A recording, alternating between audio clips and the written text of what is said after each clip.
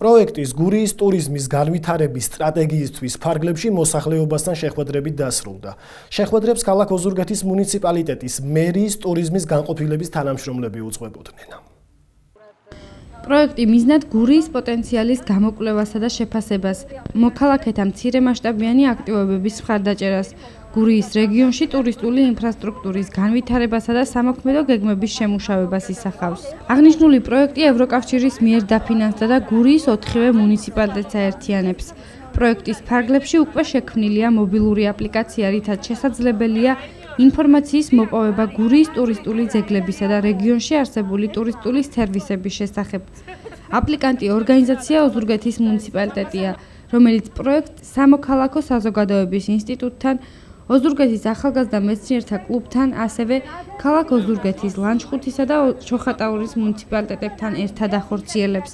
პროექტის ფარგლებში შექმნილ სამეთვალყურეო საბჭოში რეგიონული განვითარებისა და ინფრასტრუქტურის სამინისტროც ერთიანდება.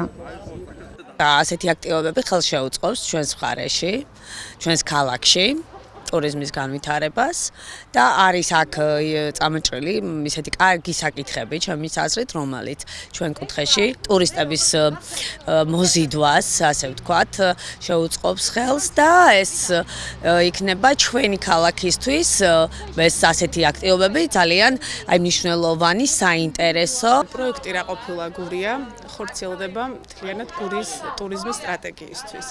ჩვენ ამ ხრივ ჩაგვიტარდა ტრენინგები. ამის შემდეგ ჩვენ მოქალაქეების ჩართულობით გავაკეთეთ სამუშაო ჯგუფები, რომელიც ძალიან შედეგიანი აღმოჩნდა.